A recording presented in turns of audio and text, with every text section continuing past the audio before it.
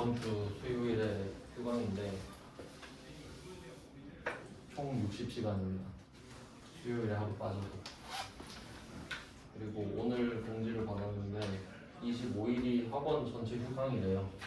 근데 저는 23일이라고 했으니까 우리는 수요일에 쉬고 금요일은 그대로 오시면 되거든요. 그래서 뭐 멘토가 진짜 발송해서 25일에 휴강이다 해도 그냥 오시면 돼요. 네, 수업은 제가 하니까. 어차피 제 수업은 사실 학원 일정이랑 전혀 상관이 없어서 네, 우리는 이번 주 수요일만 쉽니다. 그러면 뭐 저번 시간에 이어서 부채 계속 해볼게요. 저번 시간에 인건비 했는데 원천징수 관련해서 예수금 최종 과목을 했죠. 그 다음 내용들을 보겠습니다. 21페이지고요.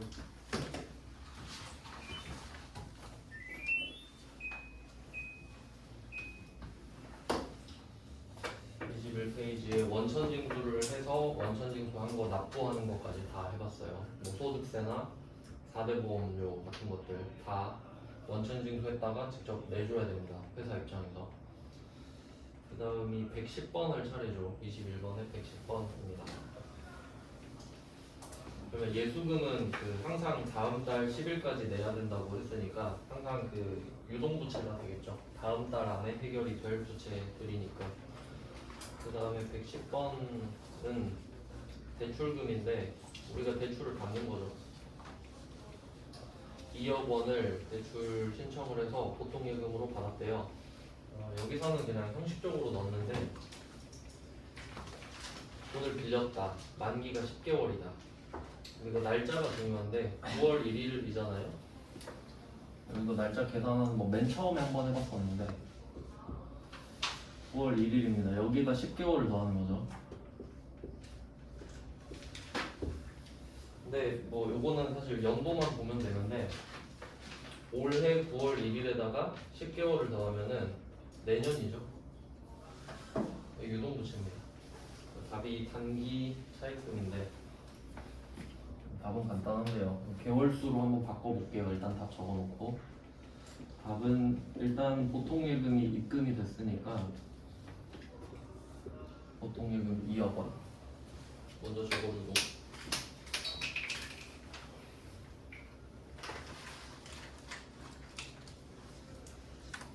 자산이 증가했죠. 그 다음에 이 내용이 차입금인데 이게 기간에 따라서 단기냐 장기냐 이게 문제죠. 지금은 단기 차입금인데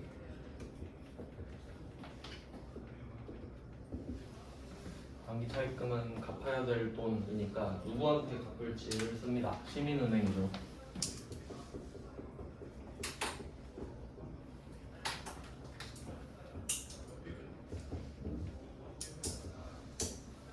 일단 뭐 답은 간단한데 왜 단기가 되는지 그 단기랑 장기의 경계를 한번 찾아볼게요. 일단 9월 1일부터 10개월 더하면은 10, 11, 12까지가 올해고요. 12월 1일까지가 되겠죠. 그 다음에 7개월 더 더하면 7월 1일까지가 되겠네요. 그럼 한도를 한번 구해보면은 그 지금 1일 기준으로 한다고 했을 때 내년 12월 1일까지가 단기가 되겠잖아요. 내년까지니까. 그래서 그 개월수 1개. 그리고 그 내후년 1월 1일이 되는 순간 비유동 부채로 바뀌죠. 그래서 장기 차입금이 될 겁니다. 그래서 그 한도를 잘 기억해 주시고요. 내년까지라고만 알고 계시면 되죠. 그래서 이거 개월수 바꿔서 문제 내면 답이 바뀔 수도 있으니까 그 정도 참고하시고 지금은 단기지만 충분히 장기로 낼 수 있는 문제입니다. 111번으로 갈게요. 110번은 원금이 들어온 내용이고요. 돈을 빌려서. 그 다음에 111번은 제조공장 운영을 위해서 9,500만 원을 차입했다. 역시 돈을 빌렸어요. 그리고 얘는 상환일이 내년 6월 30일인데 이 두 개가 스타일이 좀 다르죠. 그 방금 풀었던 110번은 오늘로부터 만기가 몇 개월이다 해서 우리가 직접 상환일을 구해야 되거든요.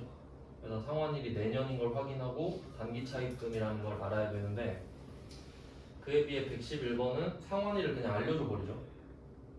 그럼 내년 6월 30일에 상환하면 얘는 단기 차입금이잖아요. 뭐 이런 식으로 두 가지 방법이 있겠죠. 그럼 9,500을 빌렸는데 이때 수수료가 들었나 봐요. 15만 원. 네, 제조 비용이래요. 그러면 이게 좀 방금 문제랑 또 차이가 있는데, 원래는 110번 문제처럼 빌린 돈이랑 들어온 돈이 똑같아야 되거든요. 근데 111번은 다르죠. 일단 보통 예금부터 적어볼게요. 보통 예금은 9,485만 원이에요.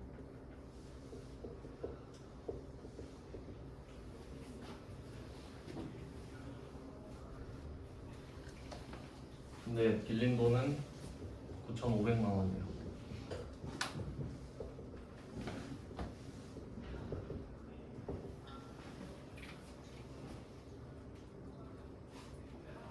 은행 이름이 똑같네요. 시민은행.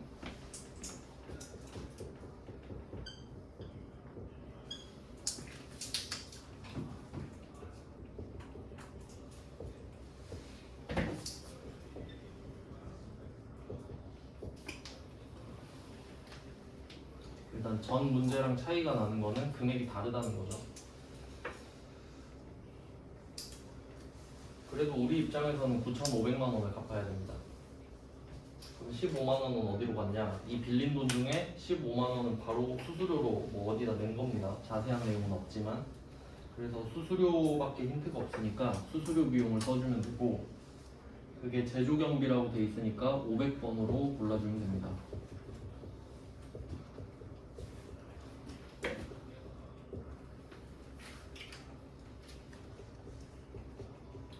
그리고 지금 수수료 비용이 그 번호가 3개 나왔어요. 500, 800, 900 이렇게 3개 있는데 상황에 따라 좀 맞춰서 쓸 줄 알아야겠죠. 일단 맨 처음에 나왔던 수수료 비용 중에 900번은 그 단기 매매 증권 취득 수수료 있었고요. 900번. 그리고 800번 수수료는 그 어음 중에서 그 뭐지? 위임하는 건데? 추심 위임하는 거. 그쪽에서 나왔었거든요. 800번 수수료. 그리고 카드 수수료도 800번이었고, 그 정도로 요약이 되는데, 네, 수수료는 보통 800번이 제일 많습니다. 왜냐면 500번 수수료는 제조 활동을 할 때 필요한 수수료인데 그게 잘 없단 말이에요. 그래서 800번이 제일 많은데 한 번씩 좀 모아서 정리를 해보시면 좋을 것 같고요. 뭐 111번은 사실 좀 억지스럽긴 한데 뭐 하나의 점표로 입력할 것, 그게 좀 힌트라고 했죠. 네, 뭐 이 정도 되고 다음 문제로 가겠습니다. 둘 다 단기 차입금이죠. 그래서 수수료가 없는 버전이랑 있는 버전 하나씩 넣어봤고요. 그다음에 22페이지는 112번인데 요거는 키워드가 마이너스 통장입니다. 마이너스 통장.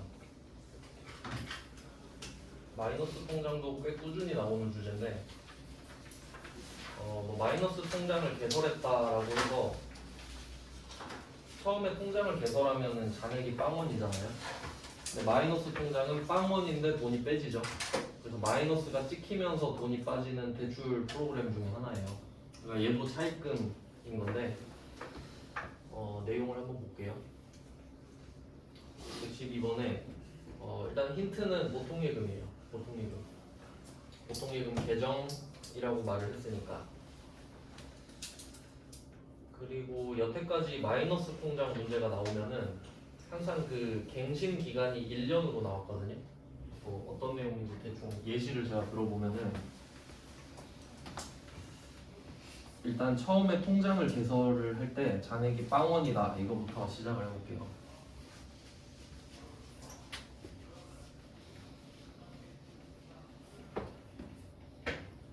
그리고 원재료를 350만 원어치 샀다고 가정을 해보겠습니다.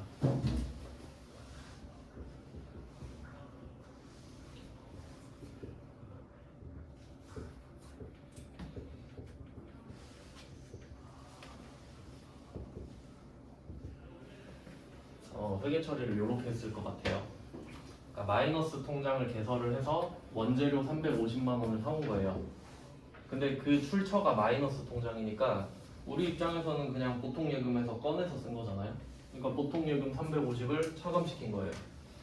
근데 이게 실제로는 말이 안 되는 거예요. 그러니까 회계에서는 실제로는 원래 잔액이 빵원이었는데 이렇게 350을 꺼내면 그 다음에 잔액이 마이너스 350이 찍히잖아요. 실제로는.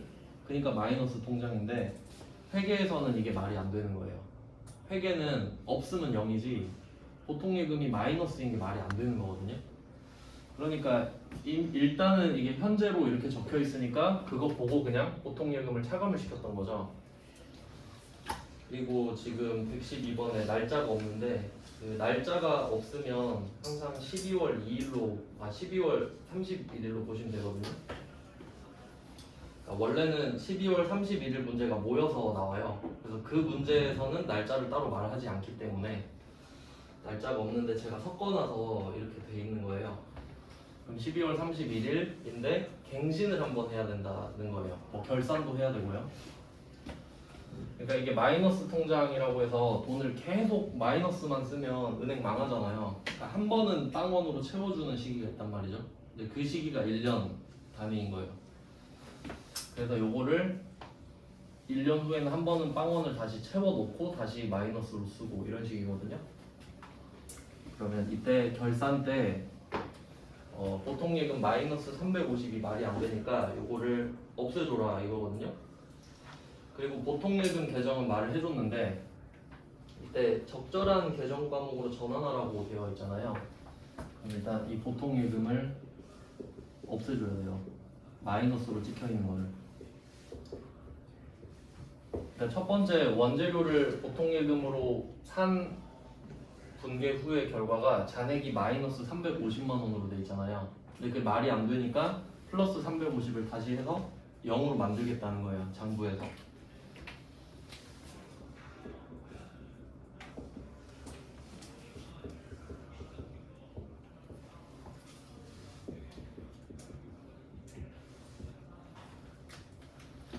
네, 그러면 이 보통 예금은 서로 없어지겠죠? 그럼 이게 뭐냐 이거죠. 이 원재료 350만 원 어떻게 샀냐 하면 답이 빌려서 샀다죠. 결과적으로 이 원재료는 지금 이 마이너스 통장을 개설한 은행이 한길은행이잖아요. 한길은행한테 빌린 돈으로 산 거죠. 그러니까 이게 단기 차입금이 되는 거예요. 단기 차입금으로 얘 샀다고.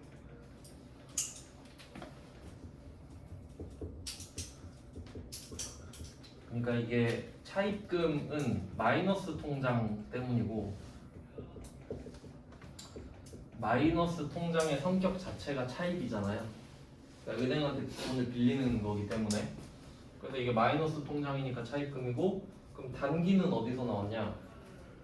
별말 없으면은 이 마이너스 통장의 갱신 기간이 1년이란 말이에요. 1년마다 한 번씩 채워줘야 돼요. 그리고 그에 대한 이자만 내면 되거든요. 그래서 결론은 마이너스 통장 문제가 나오잖아요. 그러면 답이 보통 예금, 단기 차입금이에요. 그러니까 그냥 정해진 문제라고 보시면 돼요.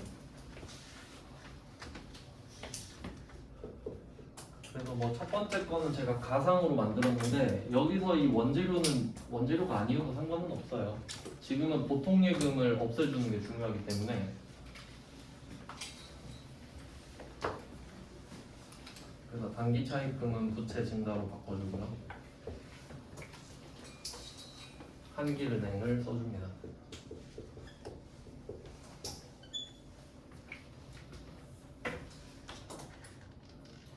네, 그래서 답은 정해져 있습니다. 마이너스 통장 나왔다 하면 차변은 보통 예금, 대변은 단기 차입금입니다. 항상 구조는 똑같을 거예요. 그래서 결과적으로 마이너스 통장도 차입금이다 이렇게 보시면 되고. 갱신할 때 네. 3분기를 내에 돈을 갚은 게 아니고 부채가 늘어났고. 그러니까 결과적으로는 바뀐 건 없어요. 실제로는 통장 잔액에 마이너스 350이 찍혀 있는데 회계상으로만 보통 예금으로 한 거잖아요. 그래서 실제 통장에 마이너스 350이 찍혔으니까 회계상으로도 보통 예금 마이너스 350이 돼 있는 상태예요. 근데 실제로 통장에 마이너스 350이 찍힌 건 팩트인데 회계상으로는 보통 예금 마이너스 350이 말이 안 되는 거예요. 없으면 0인 거지. 그러니까 350을 일단 했는데 결산 때 보니까 말이 안 돼. 그러니까 보통 예금을 플러스 350을 해서 0으로 만드는 거예요. 그러면 그 원재료는 어떻게 샀냐 하면 빌려서 샀다. 이런 식으로 만들어주는 거거든요. 그러니까 마이너스 통장만 보고 회계 처리를 했다가 회계에 대입을 해보니까 말이 안 돼. 그러니까 회계식으로 바꿔주는 거예요. 그런 스타일로 봅니다. 그러니까 돈을 갚은 거랑은 별개인 거죠. 그러니까 표시 방식만 바꿔주는 거니까. 네, 그래서 이걸 결산 때 하는 거예요. 잘못된 걸 잡아주는 거예요. 그 다음에 113번은 요거는 좀 어려운 회차였어요. 참고로 전삼액의 1급이 지금 88회잖아요. 이게 86, 87, 88 이렇게 세 회차가 합격률이 한 20% 초반이에요. 되게 어렵게 나온 거거든요. 그래서 제 생각에는 86, 87, 88에는 기출을 굳이 풀어볼 필요는 없습니다. 그건 좀 틀리라고 낸 회차들이거든요. 왜냐면 평균 합격률이 40%인데 여러분이 굳이 20%짜리를 풀 필요는 없어요. 그건 틀리라고 낸 거니까 그냥 틀리면 돼요. 그런 거는 그때 본 사람은 재수가 없었던 거예요. 그냥. 근데 그래도 좀 나왔긴 나왔으니까 한번 넣어봤어요. 113번은 당좌 차월이 포인트입니다. 당좌 차월에다 중요 표시하시면 돼요. 이게 답이에요, 사실. 당좌 차월. 조금 어려운 문제긴 한데 한번 설명 들으면 또 나오면 푸실 수 있을 거예요. 이게 당좌수표랑 관련 있는 내용이거든요. 당좌수표. 그 수표에 대해서 현실적으로 한번 생각해 보시면은 그 당좌수표가 여러분 입장에서는 체크카드랑 비슷하단 말이에요. 그러니까 현금을 갖고 다니기 귀찮으니까 현금을 체크카드 통장 잔액에다 넣어놓고 체크카드로 결제를 하는 방식이잖아요. 그러면 기업 입장에서도 수표가 그런 역할을 한단 말이에요. 근데 사실 생각해보면은 수표도 귀찮아요. 그냥 계좌이체 하면 되잖아요. 계좌이체가 더 편한데 왜 수표를 쓰지? 이제 이런 걸 생각을 한다면 여기서 그 이유가 나오거든요. 한번 볼게요. 일단 113번의 회사는 우리 회사는 기업은행이랑 당좌 차월 계약을 맺고 있대요. 이 말은 기업은행에다가 당좌 예금 통장을 만들어 놓은 거예요. 그러니까 우리 입장에선 체크카드 통장이지. 그 체크카드 통장을 만들어야 체크카드를 쓸 수 있으니까 뭐 그런 계약을 맺었습니다. 그리고 현재 당좌수표 발행액이라고 돼 있는데 그게 얼마인지 볼게요. 세 번째 줄에 1,800만 원입니다. 그러니까 1,800만 원을 당좌수표로 발행 지급했잖아요. 그게 현재 당좌수표 발행액 맞죠? 두 개 같은 말인 거거든요. 일단 1,800만 원 당좌수표를 발행했구나 이걸 확인하시면 되고요. 그리고 그 두 번째 줄 보면은 7월 20일에 토지 상사에서 외상으로 구입한 기계장치의 구입대금이라고 나와요. 그럼 이거 7월 20일부터 한번 해볼게요.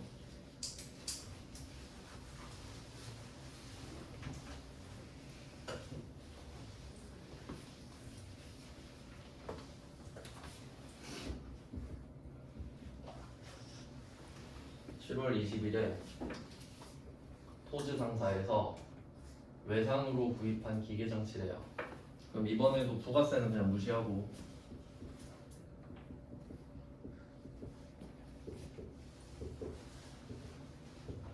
기계장치 1,800에다가 외상이니까 미지급금이죠.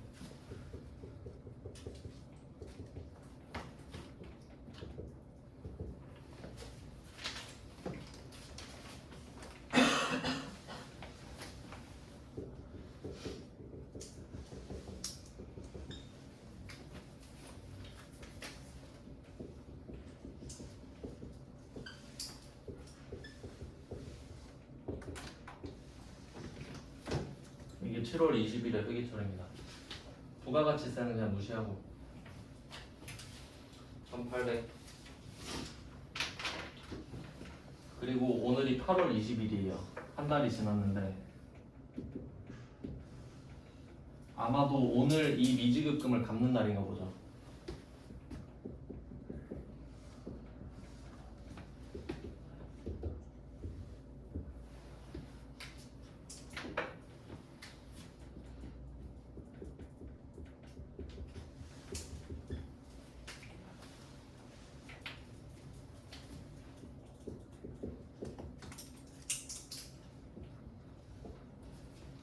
그럼 토지 상사한테 1,800만 원을 결제를 해줘야 되는데, 네, 그래서 이게 순서를 잘 정해야 되거든요. 그래서 첫 번째가 당좌수표를 발행하여 지급하였다 합니다. 그리고 그건 확인했어요. 근데 여기서 포인트는 뭐냐면 당좌예금이 얼마가 있느냐죠. 근데 그 첫 번째 줄을 보면은 현재 당좌수표 발행액은 당좌예금 예입액을 초과한 상태다라고 돼 있잖아요. 그러면 순서를 좀 정해볼게요. 세 번째 줄에 1,800만 원을 당좌수표 발행해서 지급했다. 이걸 1번으로 할게요. 1,800만 원을 당좌수표 발행하여 지급했다. 1번. 근데 이런 문제는 많이 보셨잖아요, 여태까지. 그럼 당좌예금 차감하면 끝나는 건데, 근데 다시 첫 번째 줄로 올라가 보니까 현재 당좌수표 발행액, 이게 1,800만 원이라고 그랬죠? 이게 당좌예금 예입액을 초과하는 상태다. 이게 2번.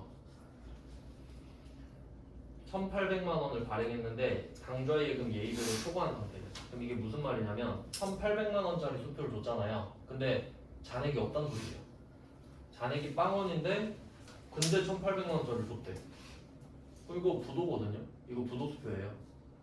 그럼 이거 부도인데, 그리고 다시 세 번째 줄로 내려오면은 이는 당좌계약 한도 내외 금액이다. 이게 3번. 네, 그럼 이렇게 해석하면 수표를 발행했는데 잔액이 빵원이래. 그럼 부도인데? 근데 한도 내외 금액이래. 그럼 이게 한도가 뭐냐? 아까 당좌 계약 맺었다고 했잖아요. 둘이 약속한 거예요, 그냥. 그러면 제가 예시를 들어볼게요. 처음에 우리가 기업은행 가가지고 당좌 예금 통장을 하나 만든 거예요. 그리고 여기다가 금액을 충전을 해서 여기 있는 금액만큼 수표를 발행할 수 있는 거지. 근데 기업은행이 계약 내용에 이걸 걸어준 거예요.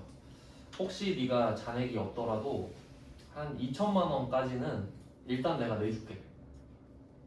그래서 급하면 일단 뭐 잔액 없어도 써도 된다. 이런 느낌인 거지. 그래서 원래 당좌수표가 체크카드 같은 느낌인데 여기서 그 당좌 계약 중에 한도를 넘어가도 어느 정도는 발행할 수 있게 해주는 이런 옵션이 있잖아요. 그 체크카드 중에 그런 거 있어요. 하이브리드 체크카드. 일단 있는 만큼 쓰고 한 달에 30만 원까지는 잔액이 없어도 일단 결제가 되게끔. 약간 뭐 그런 게 있어요. 그러니까 체크카드 플러스 신용카드 기능이 있는 거죠. 약간 그런 느낌이에요. 이걸 당좌 차월이라고 하거든요. 그럼 우리 입장에서는 당좌예금이 없는데 당좌수표를 발행한 거예요. 그러면 이때 만약에 별 이상 없이 당좌예금 잔액이 충분하다라고 하면 대변의 답이 당좌예금일 거 아니에요, 그냥. 당좌예금 1,800 그냥 주면 끝나는 거죠? 근데 없대잖아요, 잔액이. 그럼 당좌예금에서 쓸 수는 없죠? 그럼 얘도 마이너스가 될 거 아니에요, 결국. 그럼 그것도 틀린 답인데, 그럼 이 말은 기업은행이 1,800을 내준다는 소리거든요. 그럼 우리 결국 기업은행한테 돈 빌린 거죠. 이것도 단기차입금. 단기차입금으로 해도 되는데 여기서는 당좌 차월이라는 말을 해줬기 때문에 당좌 차월이 제일 적합한 정답이고요. 단기차입금으로 해도 틀리진 않거든요. 좀 일단 써놓고 자세히 설명을 드리면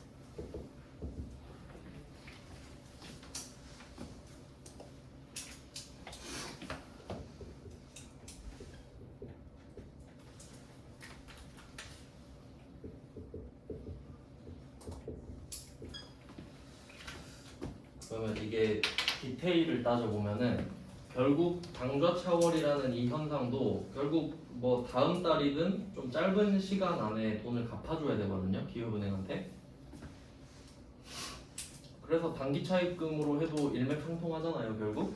근데 만약에 우리 회사에서는 그 단기 차입금이 돈을 빌렸다는 소리잖아요. 그러니까 내가 돈을 빌린 거랑 이런 식으로 그 당좌 예금에서 한도가 넘어간 금액을 구분하고 싶을 때는 얘를 당좌 차월로 쓰겠죠. 왜냐면 빌린 건 아니니까 실제로 보면. 그러고 싶을 때는 당좌 차월로 구분을 해주는 게 맞겠죠? 근데 그게 뭐가 중요하냐? 결국 갚을 돈이면 갚을 돈이지 라고 생각한다면 단기 차입금으로 해도 별 상관은 없겠죠. 그러니까 회사에서 어떻게 처리하느냐의 방식에 따라 매뉴얼에 따른 답이 달라지는 거고, 근데 지금은 당좌 차월이라고 정확히 언급을 했기 때문에 당좌 차월이 좀 더 정확한 답이라고 생각이 되는 거죠. 근데 단기 차입금으로 해도 틀리진 않는데 출제자가 원하는 답으로 가져야 맞잖아요. 그러니까 이의 제기를 하면 뭐 해줄 수는 있는데 좀 복잡하죠. 그래서 그냥 따른다면 당좌 차월. 그래서 단기 차입금까지 같이 알아두시면 됩니다.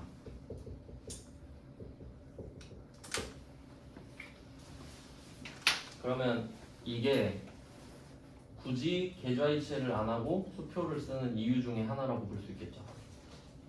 여러분이 그 계좌이체를 하려면 현금이 있어야 되잖아요. 근데 얘는 일단 없어도 되죠. 은행이 내주니까. 그러니까 약간 짧은 기간이나마 돈을 빌려 쓰는 기능이 있기 때문에 그런 거지. 그래서 당좌 수표를 왜 쓰냐 하면 당좌 차월이라는 메리트도 한몫하는 거죠. 근데 아마 회계 1급에서는 이 문제가 처음 나왔었거든요. 그 후로 한 번도 안 나왔어요. 회계 1급에 낼 만한 문제는 아니라고 생각은 합니다. 근데 이거를 좀 바꿔서 낼 수도 있을 것 같아요. 한 번 어차피 냈잖아요. 그러면 저 같으면 이렇게 내볼 것 같아요. 그 문제 첫 번째 줄에 당좌수표 발행액은 당좌예금 예의백을 초과한 상태다라고 했잖아요. 여기다가 당좌예금 예의백을 1,000만 원 초과한 상태다. 뭐 이런 식으로 넣을 수 있겠지. 그러니까 뭐 예를 들면 당좌예금이 1,000만 원이 있는 거예요. 그냥 1,000만 원이 있는데 1,800만 원짜리 발행했다 이렇게 할 수 있는 거지. 그러면 당좌예금은 1,000만 원이 빠져나가겠죠? 그리고 나머지 800만 원은 없잖아요. 그것만 당좌 차월이 되겠지. 그런 식으로 낼 수 있죠. 그러니까 뭐 이거를 어떻게 외워서 풀 수 있잖아요. 근데 실제로 이해했는지 물어보고 싶으면은 잔액을 살짝 넣어가지고 문제를 풀 수 있는 거죠. 당좌예금 1,000만 원 있는데 그러면 정확히는 1,000만 원은 있는데 800만 원은 부족하다 이런 식으로 되겠지. 그러면 당좌예금 1,000, 당좌 차월 800 이렇게 될 겁니다. 그리고 뭐 다음 달 정도 되면은 이 당좌 차월이 없어지면서 실제 보통 예금이 나갈 거고요. 네, 이런 문제도 있었습니다. 그 다음에 114번으로 갈게요. 114번은 부산으로 출장 갔던 영업부사원 김철수로부터 내용 불명의 돈이 입금되었다. 출장 앞에서도 나왔었는데 출장비 하면 가지급금 아니겠습니까? 가지급금은 출장 갈 사람한테 돈을 맡겨놓고 결제해오면 영수증을 갖고 오면 정산을 해주는 그런 시스템이었어요. 근데 지금 나오는 주제는 가수금이에요. 가수금. 그러니까 지금 주제별로 모아놓고 있는데 방금 했던 거는 제가 단기 차입금 두 문제 넣었잖아요. 수수료 있는 거 없는 거 해서 두 문제. 그 다음에 마이너스 통장은 역시 단기 차입금이었죠. 그 다음에 당좌 차월을 넣었는데 당좌 차월은 답이 당좌 차월이긴 하지만 단기 차입금이랑 방향이 같다. 뭐 이 정도로 해서 4개를 묶어서 넣어놓은 거고요. 그럼 114번부터는 주제가 바뀌는 거거든요. 얘는 가수금입니다. 가수금. 가지급의 반대죠. 임시로 지급한 거의 반대는 임시로 받은 돈이잖아요. 답이 가수금이거든요. 114번부터 볼게요.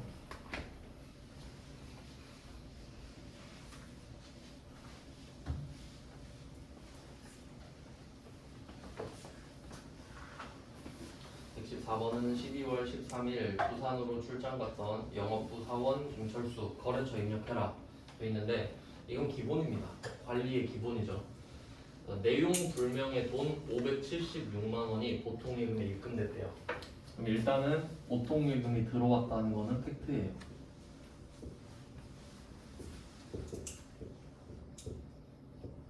576만 원이 입금이 되었다.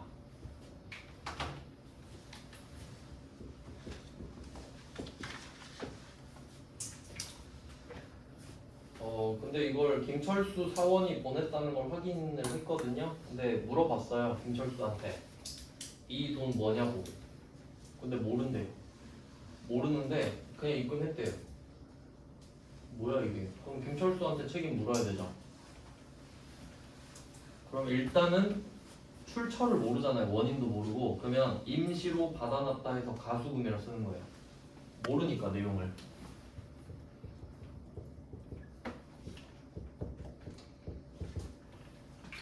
가수금은 부채입니다. 부채.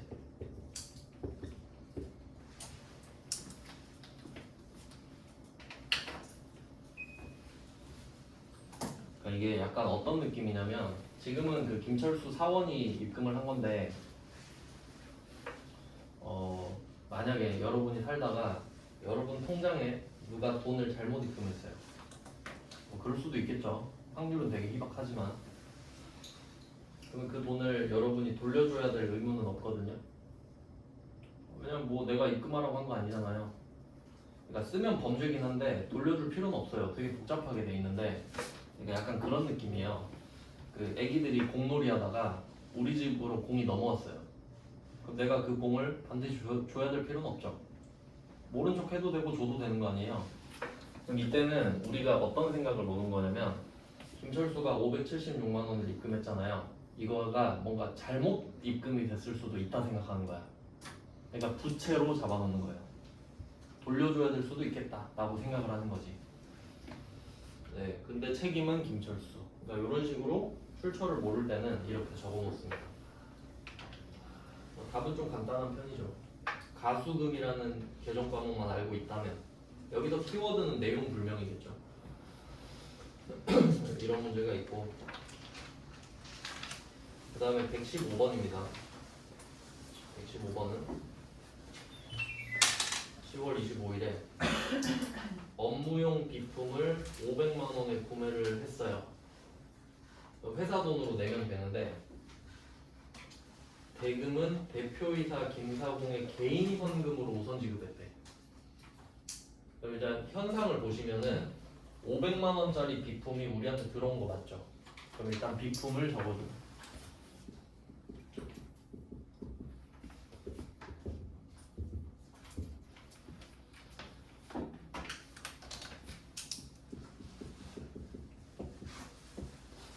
비품 자산 500만 원.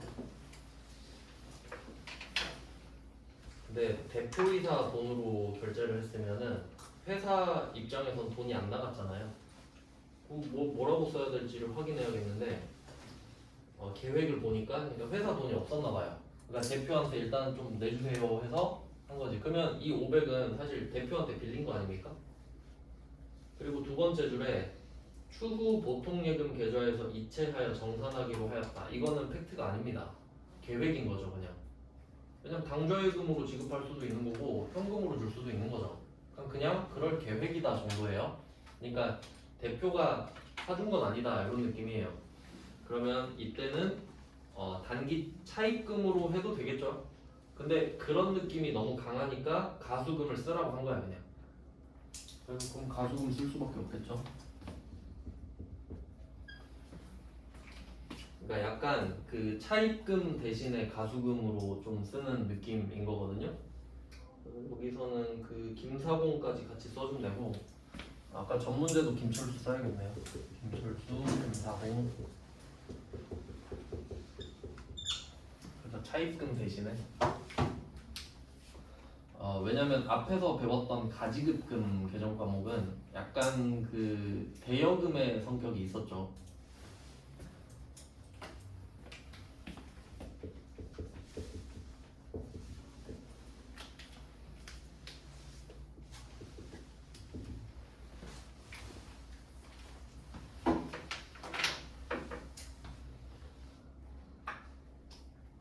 그래서 114랑 115랑 좀 달라 보이긴 한데 좀 크게 보면 비슷하다라는 느낌을 받으시면 돼요.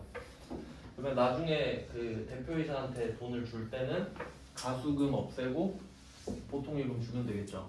그럼 결국 비품을 보통예금으로 상게 되잖아요. 가수금 사라지니까. 그래서 임시계정이에요. 가지급금, 가수금은 아주 대표적인 임시계정입니다. 네, 그 다음에 116번 가겠습니다.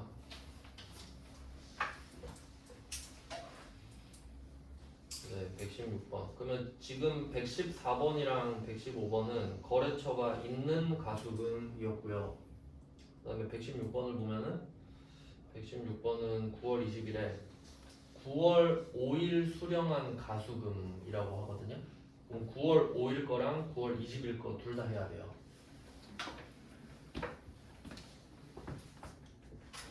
네, 9월 5일 거부터 볼게요.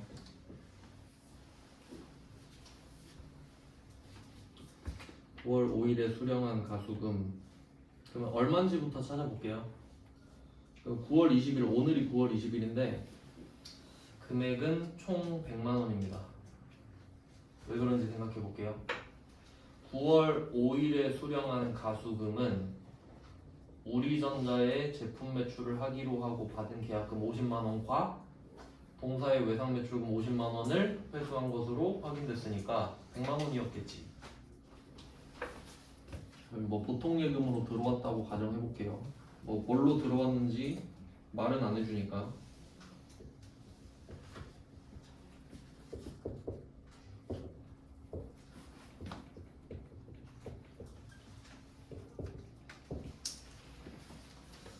네, 이런 식으로 9월 5일에 회계 처리가 있었을 것 같아요.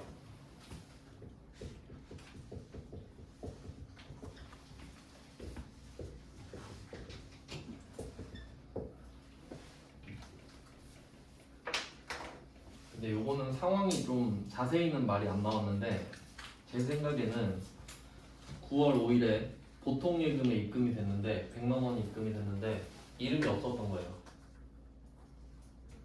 이름 없이 계좌이체 할 수 있죠.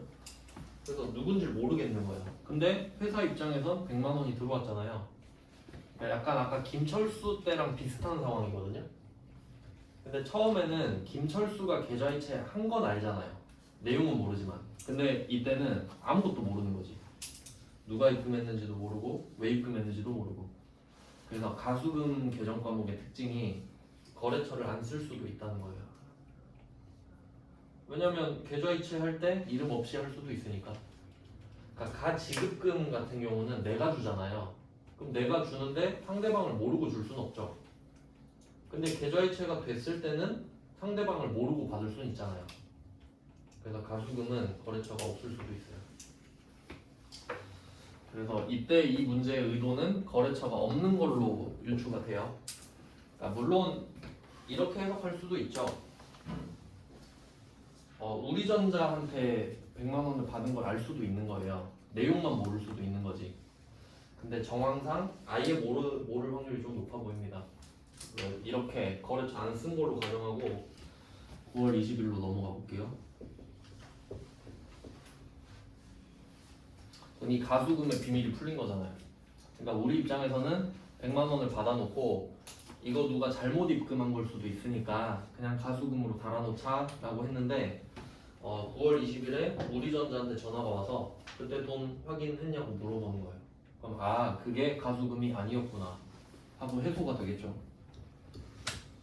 그러면 가수금 100만 원을 없애주고 그 100만 원이 뭔지 물어보면 되겠죠. 그래서 계약금을 받은 거겠죠. 지금 돈을 받았으니까. 계약금 선수금 50만 원. 계약금 받았으니까 선수금. 이때는 누구 건지 알죠? 우리전자 거 알죠? 우리전자가 계약금을 준 거라고 확인을 했으니까 지금.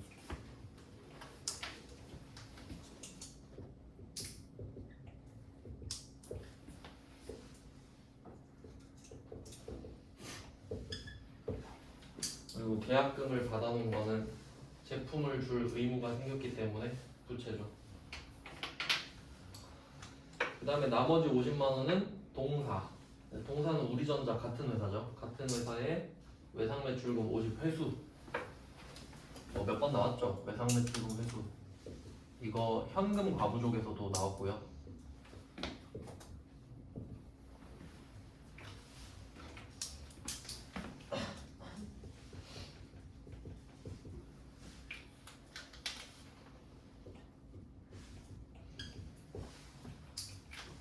요거는 좀 116번은 복잡하게 느껴질 수도 있는데 외상매출금 회수는 전에 있던 거래를 끝낸 거고요. 우리전자가 외상값을 갚은 거니까. 그리고 선수금은 새로운 거래를 시작하자는 거죠. 네, 이렇게 해서 116번은 9월 5일에는 가수금의 거래처가 없었을 것 같고요. 근데 9월 20일에 이 가수금에 대한 의문이 해소가 됐을 때는 이제 거래처를 확인했으니까 우리전자라고 이건 꼭 거래처 적어주셔야 되죠. 선수금이랑 외상매출금 각각 써줘야 됩니다. 별개의 사건이기 때문에. 네, 그 다음 117번까지 가보실게요. 얘까지가 가수금인데 117번 9월 15일 가수금으로 처리한. 그러니까 이런 것들은 정확한 힌트가 되죠. 가수금으로 처리를 했었다. 그 다음에 255만 원인데 금액은 이때 원인을 조사한 결과 253만 원은 외상매출금 회수한 것으로 밝혀졌다. 방금 거랑 방향이 같네요. 답만 적을게요. 그러니까 얘도 최초에는 보통예금 255만 원, 가수금 255만 원 이렇게 써놓고 시작했겠죠. 가수금으로 처리한 255만 원이니까. 근데 이제 원인을 밝혀본 겁니다. 얘도 가수금을 없애야겠죠.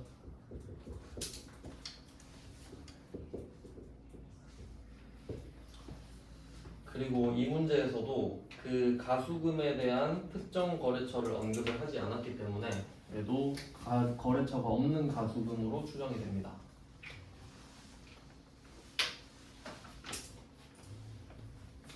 좀 가수금을 일단 없애는데 253만 원은 찾았어요. 외상매출금 회수.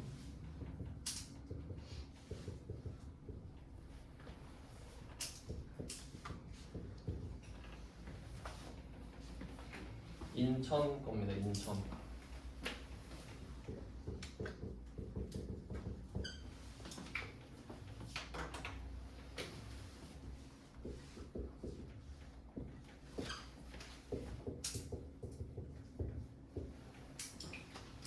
자, 근데 문제는 2만 원을 남겨놨죠. 2만 원은 결산일 현재까지 그 차이의 원인을 알 수 없다 이렇게 있는데 이 부분을 한번 표시해 볼게요.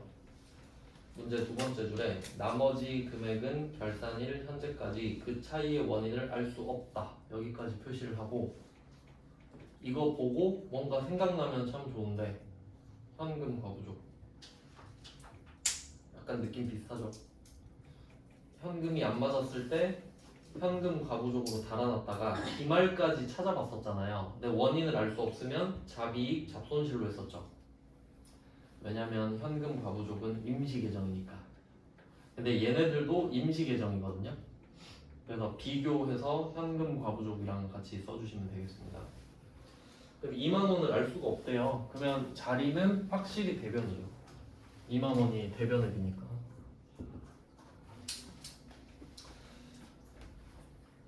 그럼 이 말은 우리가 실제로 인천한테 받을 돈은 253만 원이거든요.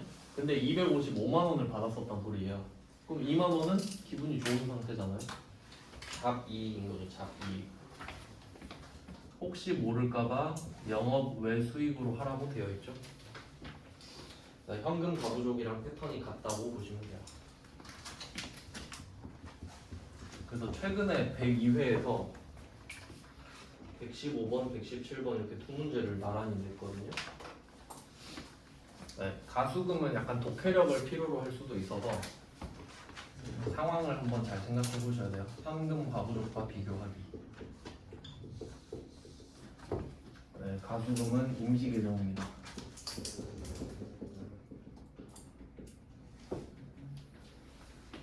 네, 원래 이게 임시 개정인 것까지 문제를 내진 않았는데 처음 낸 겁니다. 그러니까 12월 31일에 정리하는 문제는 없었거든요. 참고하시면 되겠습니다. 여기까지 해놓고 좀 쉬다가 다음 문제 비유동